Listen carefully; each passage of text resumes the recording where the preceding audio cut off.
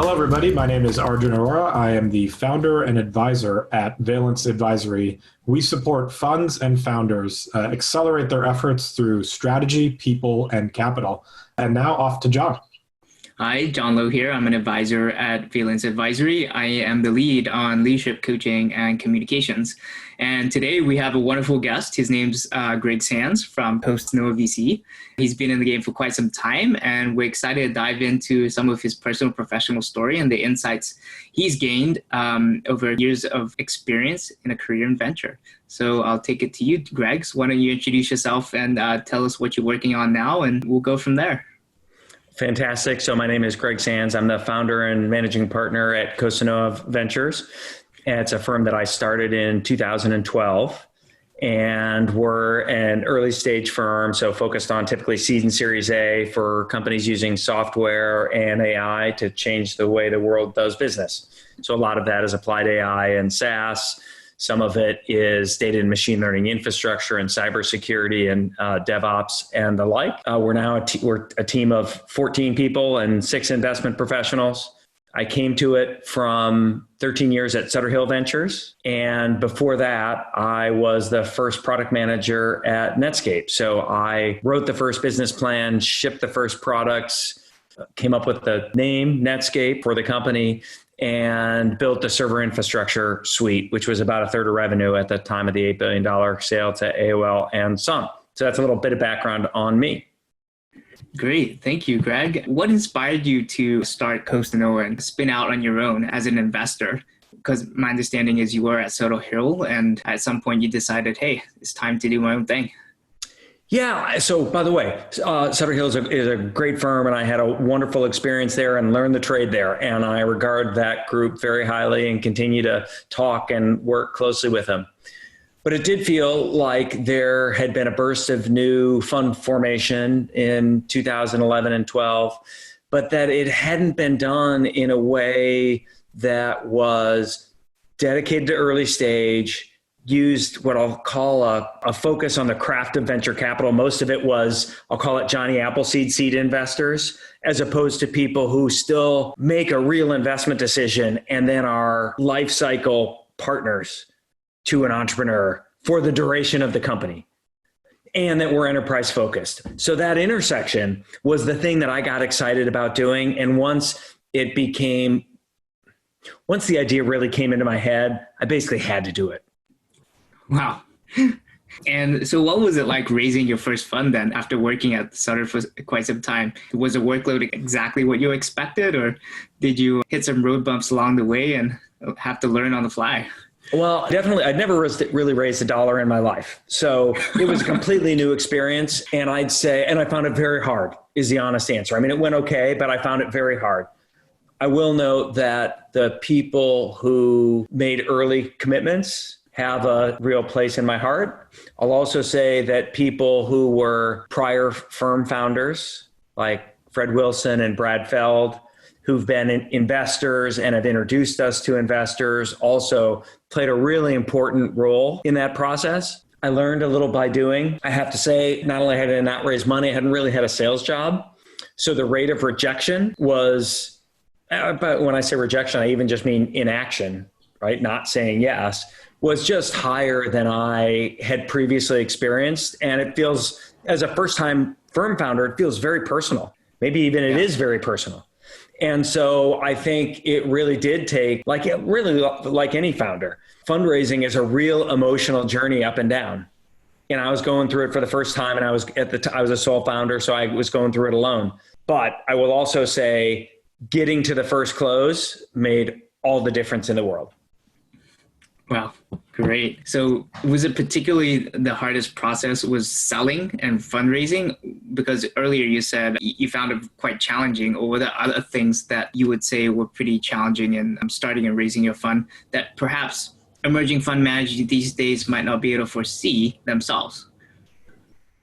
Well, I think fundraising was the biggest shock and the hardest. I think that's fair to say.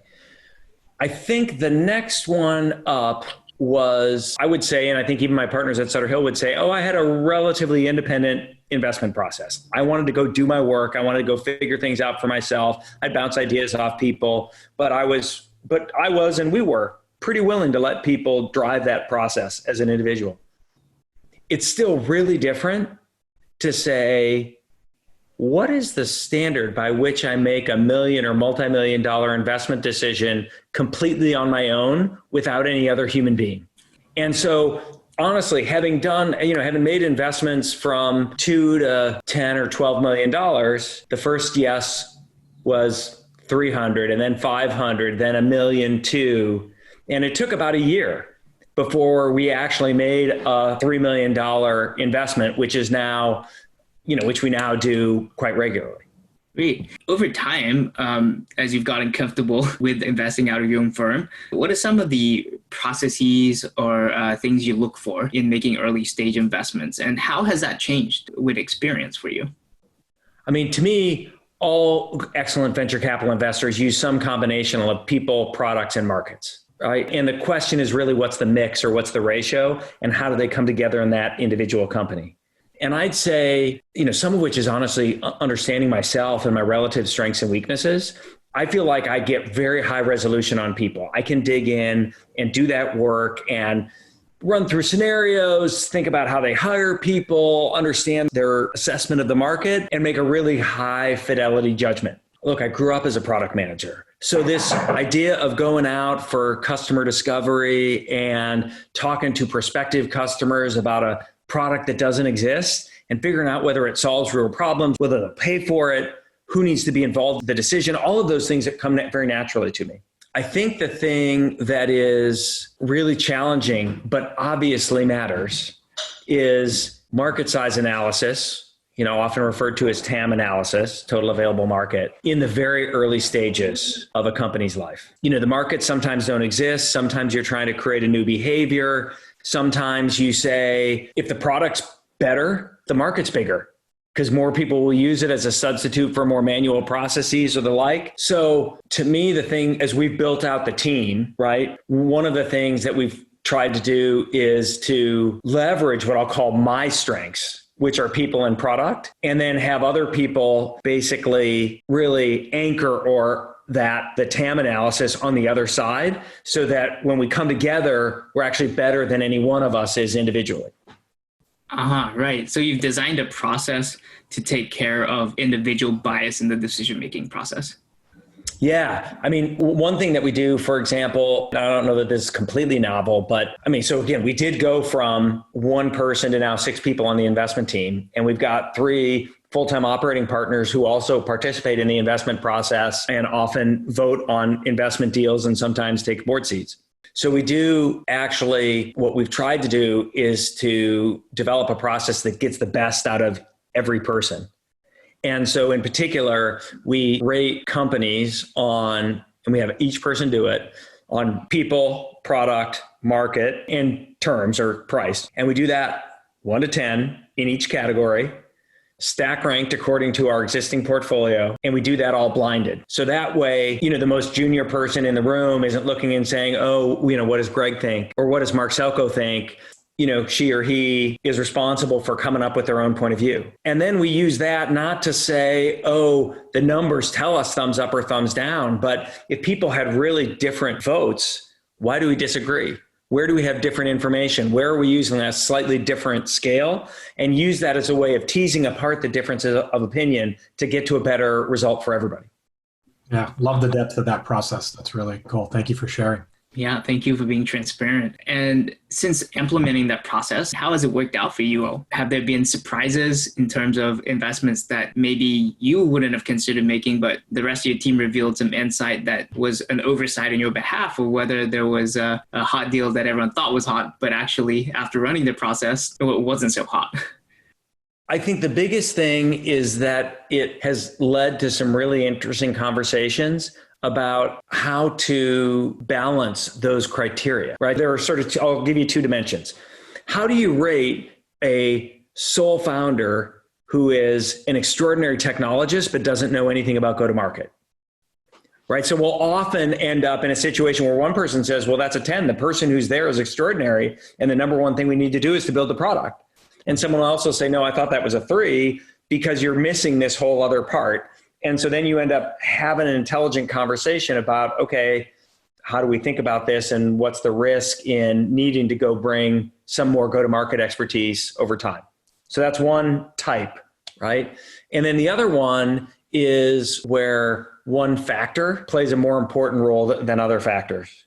And so, for example, we would generally say, so we've actually done deals which on a deal terms perspective or a price perspective got a 2 because we thought it was strong enough along the other factors and we want to be in the best companies. The factors don't actually always have equal weightings. There's an interesting conversation about, for example, if you're going to, I'll call it break ranks on price or what you feels like an appropriate risk reward on price. Do you do that because the people are a 10 or because the market from a market dynamics and size is a 10, right? Meaning something that can just run forever, right? If it wins, it's not only a $1 billion company, but a $10 billion company. If it's a $10 billion company, it can be a $30 billion company, right?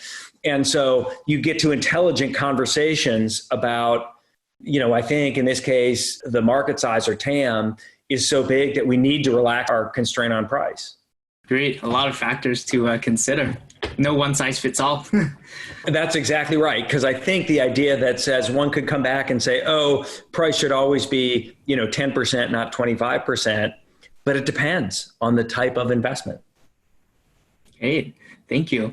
So we're going to switch gears a bit. Want to find out a bit more about how you got into venture to start compared to when you got into venture. What keeps you in venture nowadays? Because you've had quite the career. Yeah. Well, so first I was toiling doing my job at Netscape and got a call from the team at Sutter Hill. So I was recruited into it. Now I'll say my good friend, Dave Galobe, who's a co-founder and the chief investment officer at Francisco Partners, was effectively my predecessor at Sutter Hill. And so he had said, oh, if you were going to call somebody, call my friend Greg. And I had met a couple of the partners over the years, but didn't have close relationships with them. It just began a conversation. I do think, not that this is the primary point of the conversation, but being in a key product management role at the seminal company of its era is probably the easy and best way of getting into venture capital if you can find your way into that role, right? Now, I think, it's interesting. We actually just did a quarterly call with all of our LPs this morning. And I will say, the work that we do now is incredibly meaningful.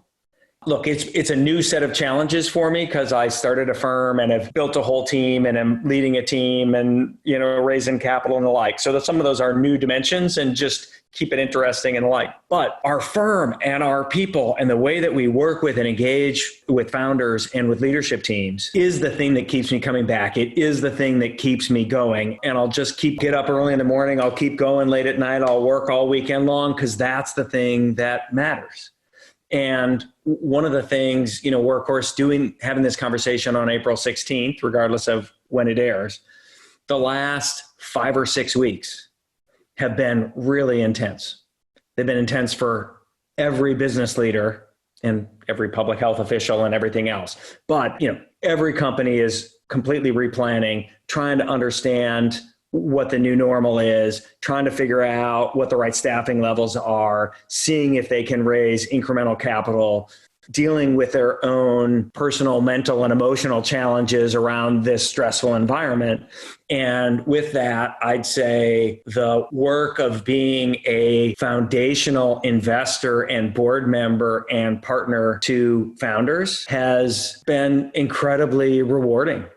Those relationships and our contribution to the companies actually shows up that much more in times of difficulty and stress.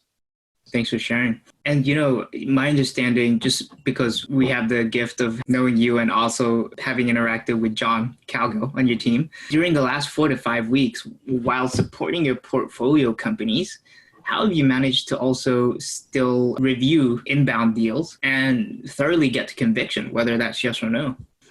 Yeah. So much of what we do, happens remote and over phone calls and the like anyway, right? We're often calling customers or prospective customers, calling market experts, trying to get, doing detailed product reviews, those kinds of things one can do, and we continue to be engaged in. The hardest part is figuring out the people, because we're used to figuring them out in 3 dimensions, right? And doing it in 2 dimensions, as good as Zoom is, it's not the same. And so, on some level, one of the things that we and others often try to do is you don't just do references, but you go through scenario exercises. You take people out to lunch or dinner. You get together in different environments just to see different dimensions of a person. And those are important in both directions in the context of what could be 7 or 10-year relationships, right? And who's going to be my critical source of support during a difficult period? And how is John going to react when it, for 2 days, feels like the world is falling apart? Can he hold it together? Can he lead the team? Can he hire people that are better than he is at certain things? And so we've made 3 commitments in this new era. They're all founders that we've had at least one interaction with prior to the COVID crisis and shelter in place. We still haven't yet pulled the trigger on anything where we haven't met the founder face to face. I expect we will. I do think, I was just talking about this with Amy Cheatham on our team yesterday. I think it's more shorter interactions on rapid fire. It does involve trying to set up slightly different environments. It may be that we share a meal together. We're just doing it in different places. It may be that I have to be more explicit in saying, instead of saying, let's go out to dinner, I was like, I want to know about your family of origin. Tell me about how you grew up. Who was the biggest influence? What was that like? What was your moment of great personal challenge? And it might be that we have to be more explicit about some of those things in order to feel like we're coming in knowing the person. Thanks. And just because, wow, time's flown. You shared a great deal of insight. One of the things I understand is you're also very team focused and oriented, and building processes that arguably outlast the lifetime of your career as a venture capitalist. How have you gone about thinking through and implementing succession planning for Costanoa so that it maintains kind of its boutique DNA that you implanted into the firm from inception? Yeah. So I think this is something that, frankly, we've gotten much better at. Right? We had to grope our way through a little bit in the early days, but I think we now have demonstrated repeatedly our ability to take people who are extraordinary coming in, right? But earlier in their careers and may not come in with prior venture capital experience, and teach them the basics of the business, help them get productive, find their superpowers, weave them into the process, create new and incremental opportunities. So, have a sense of, okay, how far to let them run, right? While being some amount of guardrails and a fair amount of, I'll call it more mentoring than teaching, because it is as complex situations come up. So, you've spent some time with John. John is extraordinary, right? John came to us not having been in the venture business, in his case, straight from McKinsey. And we marched through that process together. And then we're conscious of saying, okay, now's a time when you can start writing checks on your own. Okay, now you're going to have to play the role of really a lead board member. For the first time, you've seen me do it. Mark, Selko, or I will stand behind you and support you. Okay, great. Now you've done it with some support. Now you're ready to go on your own. And so we're just very conscious of how to both give people the tools and give them the room to go do that. And I'll say this has actually been one of the real joys of building the firm, has been creating that opportunity for people. And it just, I'm thrilled with our founders. I'm thrilled with our firm. It's great to see companies succeed, but seeing people succeed, is honestly the most emotionally rewarding thing I do at work. Thank you. Thank you, Greg. Yeah. And in the final minute, is there something you'd like to share with the founders or emerging founders in the ecosystem who are navigating these challenging times? What words of advice or wisdom would you have to impart to them, if any? I think when you distill it down, I'm going to come back to 2 atomic pieces of information. So one is you got to think for yourself. You got to seek advice. But in the end, you've got to synthesize it. You've got to decide whether Arjun's right to go big or go home, or John is right that we should be cautious in a challenging environment. And only you can make that decision, and you can't outsource it to somebody else. So get practice synthesizing it and developing your own point of view, because if you're not listening to your own point of view, you won't get better, right? Having your own point of view, putting it into action and following it is the only way to get better. That's one. The other thing is that I'll call it simply the hip bone is connected to the leg bone. And we all know the song from, being a kid. But the basic idea is that companies are this set of interconnected pieces. So the product isn't disconnected from who you built it for, which isn't disconnected from how the pricing works, which isn't disconnected from what kind of person sells the product, which isn't disconnected from how you get people into the top of the funnel. And so every time you move one piece of the equation, you got to move the other pieces, and they've got to stay connected. And it's one of the reasons why people who try to do these kind of disconnected explosive motions end up blowing a gasket over and over again, because they fail to bring the rest of the village along with them. But those functions are all tied together. So those are my two. Think for yourself, hip bone's connected to the leg bone. Awesome. Excellent shares. Thank you, Greg. Wish we had more time with you, but hopefully there's many more to come, maybe more specific topics so that we can get your message out to the ecosystem. Yeah, thank you. Well, it's been lovely to talk to you. Really appreciate the time, and happy to follow up as is useful to you and the broader community. Thank you, Greg. Great. Thank you, Greg.